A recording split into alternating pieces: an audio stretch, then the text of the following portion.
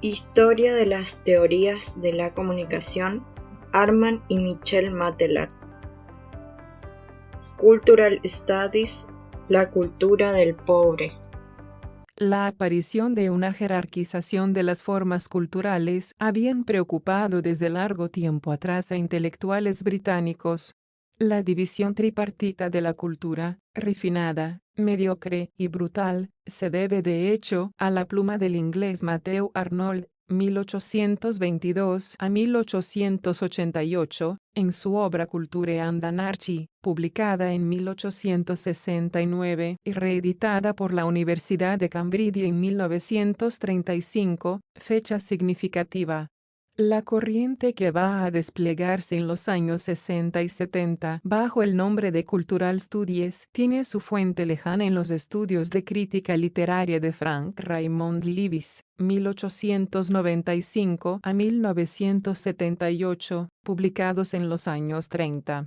Mass Civilization and Minority Culture, 1930, pretende ser un alegato en favor de la protección de los alumnos contra la cultura comercial.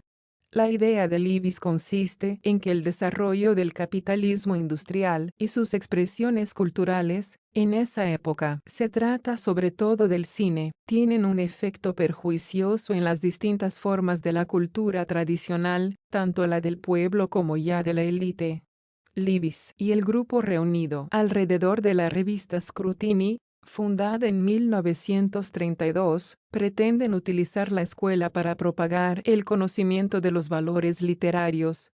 Incluso se siente nostalgia de la alta cultura y de la gran tradición literaria que supuestamente encierra los valores superiores de la era preindustrial. Lewis rompe, sin embargo, con la posición conservadora que caracteriza la crítica literaria de la época.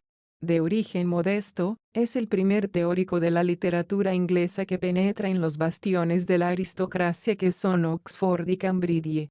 Se opone francamente al capitalismo industrial como sistema y al lugar que ocupan los medios de comunicación en su desarrollo en Gran Bretaña.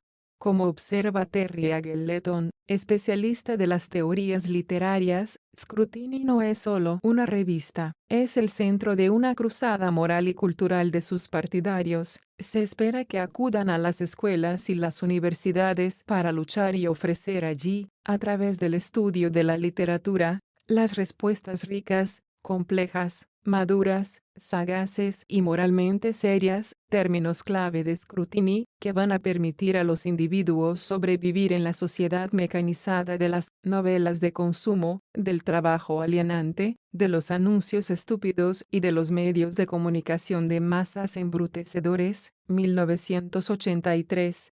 Con la preocupación educativa, la tradición lewisiana alega sobre todo una aproximación a las diferentes formas de la producción literaria, basada en el análisis textual, en la investigación del sentido de los valores socioculturales, oponiéndose con ello a los métodos de las escuelas funcionalistas. Esta tradición es asumida en los años 50, que ven la expansión del sistema escolar gracias a un movimiento pedagógico en el que se compromete una generación de educadores de segunda enseñanza que, procedentes igualmente de medios modestos, valoran, a diferencia de la teoría elitista de Lewis, los gustos de los alumnos de la clase obrera. En 1957 Richard Hogarth, nacido en 1918, profesor de literatura inglesa moderna, publica The Uses of Literary, traducido en Francia en 1970 con el título algo equívoco de la culture du pauvre. En él describe los cambios que trastornaron el modo de vida y las prácticas de las clases obreras, el trabajo, la vida sexual, la familia, el ocio. Publicado el mismo año en que se inaugura la televisión comercial y por lo tanto antes de su introducción en las clases populares, la obra de Hogarth es a la vez un himno a las formas de vida tradicionales de las comunidades de la clase obrera de las que procede, que resisten a esta cultura. El año siguiente Raymond Williams, 1921 a 1988, entonces docente en una institución de formación para los trabajadores, publica Culture and Society, 1780 a 1950, en el que critica la disociación practicada con demasiada frecuencia entre cultura y sociedad. En 1964, la obra de Stuart Hall y Paddy Wanell, The Popular Arts, cierra este periodo caracterizado por los análisis de estos diferentes autores, que responden a una demanda procedente de la escuela. En ese mismo año de 1964 se funda en la Universidad de Birmingham el Centro de Estudios Culturales Contemporáneos. Centro de estudios doctorales sobre formas, las prácticas y las instituciones culturales y sus relaciones con la sociedad y el cambio social. Richard Hogarth es su primer director. En 1968, cuando accede al cargo de director general adjunto de la UNESCO, Stuart Hall, nacido en 1932, de origen jamaicano, lo sucede hasta 1979. El centro conoce su mayor esplendor en el curso de este periodo, que coincide con el desarrollo de la nueva izquierda, y en 1972 crea una revista, Documentos de Trabajo en Estudios Culturales. El centro de Birmingham reconoce su idea fundadora en las obras de Hogarth, Williams y el historiador E. Thompson, 1924 a 1993. La obra de Williams, Larga Revolución de 1965, marca una doble ruptura. Primero con la tradición literaria, que sitúa la cultura fuera de la sociedad, para sustituirla por una definición antropológica. La cultura es ese proceso global a través del cual las significaciones se construyen social e históricamente. La literatura y el arte no son más que una parte de la comunicación social. Ruptura después del marxismo reductor. Williams toma posición a favor de un marxismo complejo que permite estudiar la relación entre la cultura y las demás prácticas sociales, e inicia el debate acerca de la primacía de la base sobre la superestructura, que reduce la cultura sometiéndola al dominio de la determinación social y económica. En esto coincide con un movimiento de ideas que asume el conjunto de la inteligencia de izquierdas en toda Europa, con los filósofos de la Escuela de Frankfurt como precursores.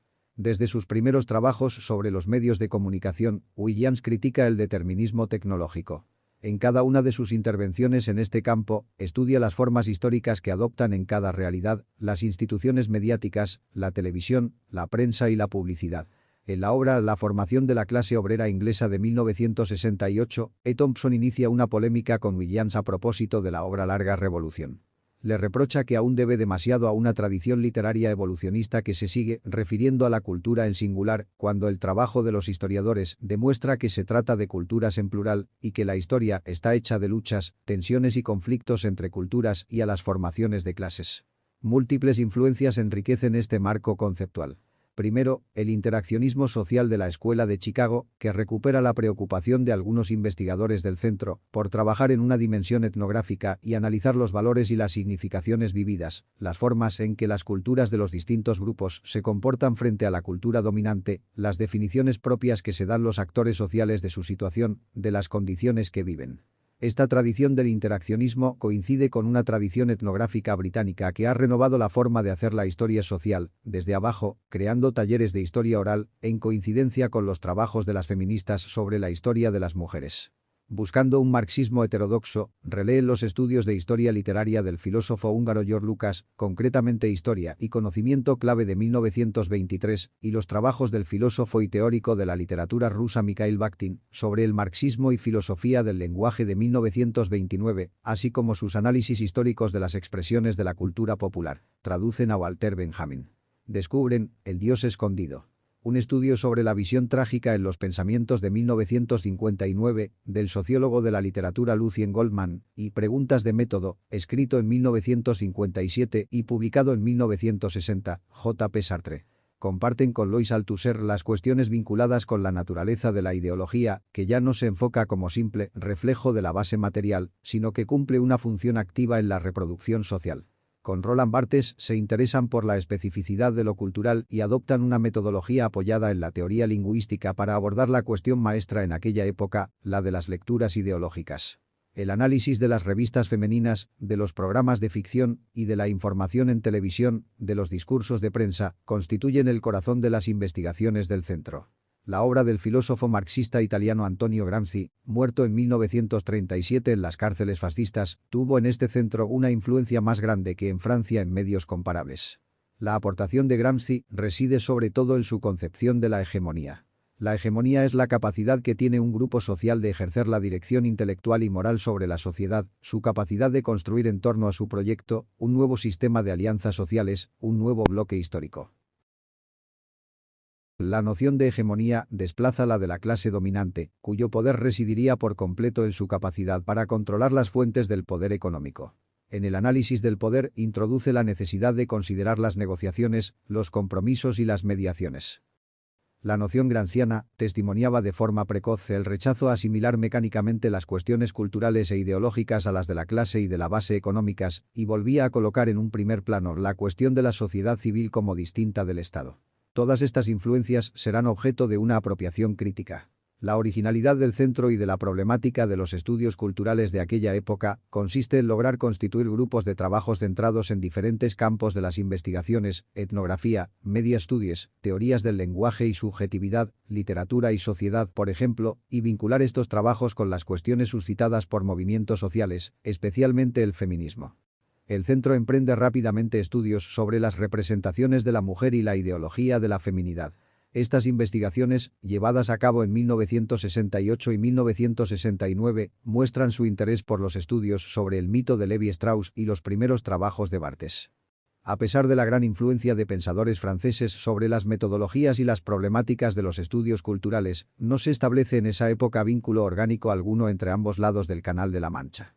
El trabajo de Stuart Hall sobre la función ideológica de los estudios de comunicación y la naturaleza de la ideología representa un momento importante en la constitución de una teoría capaz de refutar los postulados del análisis funcionalista norteamericano y de basar una forma diferente de investigación crítica en los medios de comunicación.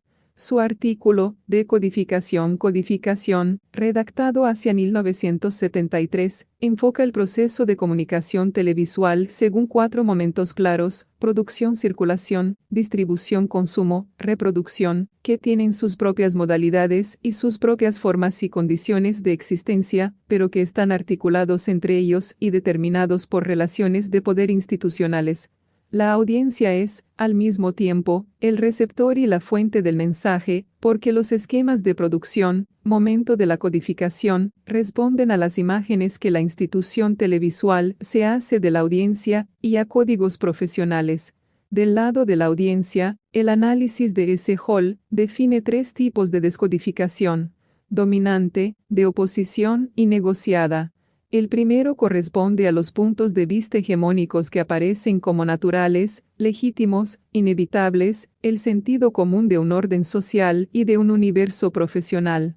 El segundo interpreta el mensaje a partir de otro marco de referencia, de una visión del mundo contraria, por ejemplo, traduciendo el interés nacional como interés de clase. El código negociado es una mezcla de elementos de oposición y de adaptación, una mezcla de lógicas contradictorias que suscribe en parte las significaciones y los valores dominantes, pero toma argumentos de una situación vivida, por ejemplo, de intereses grupales, para refutar las definiciones generalmente compartidas. Este artículo ha orientado numerosas investigaciones del Centro sobre la televisión. Televisión diaria a nivel nacional de 1978, de Charlotte Brunsdon y David Morley, resultado de una investigación financiada por el Instituto de Cine Británico, marca un giro en la producción de estos media studies. Después del análisis de los programas de información general, de revistas políticas sobre las grandes cuestiones de sociedad, los negocios actuales, que se dirigen a un público de élite, la atención se centra en emisiones llamadas igualmente de comunicación política pero destinadas a un público más amplio, más heterogéneo, en términos de clase y sexo, como el programa.